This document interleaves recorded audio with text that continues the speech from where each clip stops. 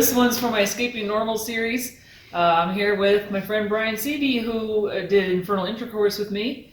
So, but now we're going to talk about his experiences in the Concordia Cemetery. We recorded Infernal Intercourse. Hey, well, a little salaciousness maybe gets more viewers. I don't know. So, anyways, like and subscribe on that. Definitely like and subscribe. So this cemetery is in El Paso, and it sounded like it was founded in 1853 from what we heard from the lady doing the tour. And Brian has had some interesting experiences in that cemetery, and he's going to tell us about them. So Brian? Yeah, so this is my third time having one of these haunted tours. And then twice on full moons you can drive through. And they'll have little people to tell little stories, but by now I've kind of heard all the stories they have to tell in here. And so tonight the interesting one was, the places I have had my feelings in the past weren't as strong. But at one point we were walking up to where she was talking about the Confederate soldiers that had been moved from Cleveland Square downtown to the thing. And so she's talking about the Confederate soldiers, and the girl behind me was holding one of these little apps, like a free app on her phone, which I've never really paid much attention to. But like right behind me, I heard it say, enemy. And it was like, and I turned around and she showed me that it was her app, because it felt like, I was like, oh my God, like I'm really having the ghost experience. It just said enemy in my ear. But no, it was her little app saying enemy, but it clear as day said enemy. And it didn't like show the words, it like literally made the sound enemy. And so then, so I was like, well, that's weird. And so then, oh shoot, what was the next thing it said? So then the next thing as I was just remarking it, and she went on to talk, and it said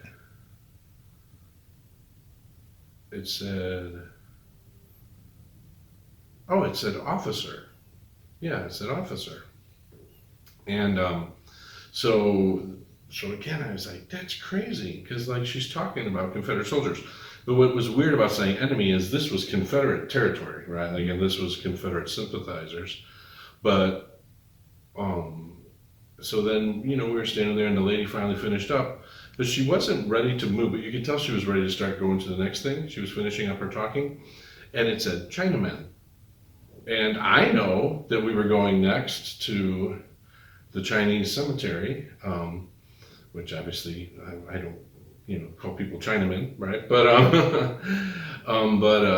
that it said it clear as day, Chinamen. And then sure enough, then the lady said, okay, well, we're going to come down here, and they didn't know where we were going, and I knew where we were going, but I couldn't believe it when I heard that. So I guess that little act was kind of interesting. I think someone who believes in these kinds of things would have been very.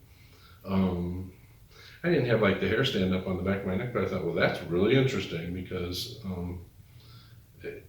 I don't think it could have picked up very easily what the lady was saying, because we were pretty far back. So I don't think it was playing word association. So whatever energy it picked up, it just picked up just the right. Maybe it was picking up my brain waves. So that was what happened at my big experience there tonight. Mm-hmm. Although earlier you told us that there was a couple of trees there, and Sure. People were watching us from there. Yeah, so I had previously, when I had been on these tours, there's a section we didn't get to go down. I assumed we were going to go down it, but there's a section we didn't get to go down, and it's a section that has a lot of desecrated graves and broken crosses and things like that.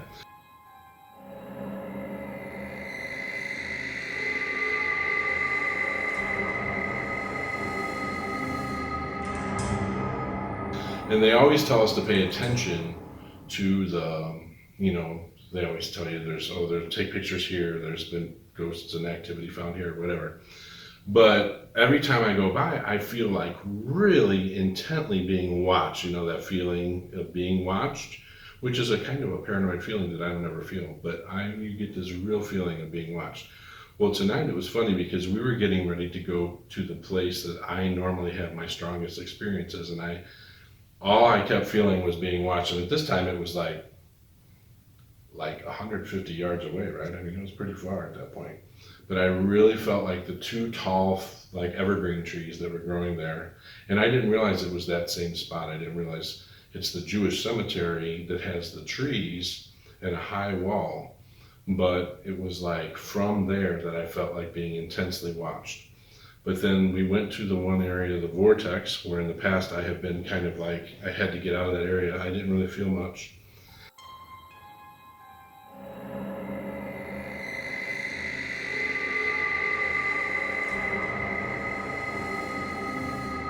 And then we went to the, was it Capels mausoleum, where in the past I had been backed up and ended up like sitting down and all of a sudden feeling protected, and I was in the Jesuit graveyard. I hadn't really felt that tonight. But by the time we went to those two spots, I stopped feeling like I was being intently watched. So, maybe my guardian angels were protecting me more. Maybe I knew to cast a protective energy around me so that I didn't get those feelings this time, because they caught me off guard the other times.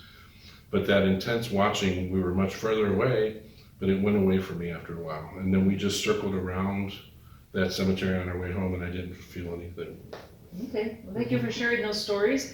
If you want to share your stories with me for the books I'm writing for the Escaping Normal series, you can go to my website, www.writingfool.com, and there is a link on the right side. It says My Paranormal Story. If you click on that, it'll take you to a Google Docs that you can fill in, and then hit submit at the bottom, and then I will get your story. So I appreciate it if you feel like sharing, and thanks for watching. Remember, hit like and subscribe. See you next time. Bye-bye.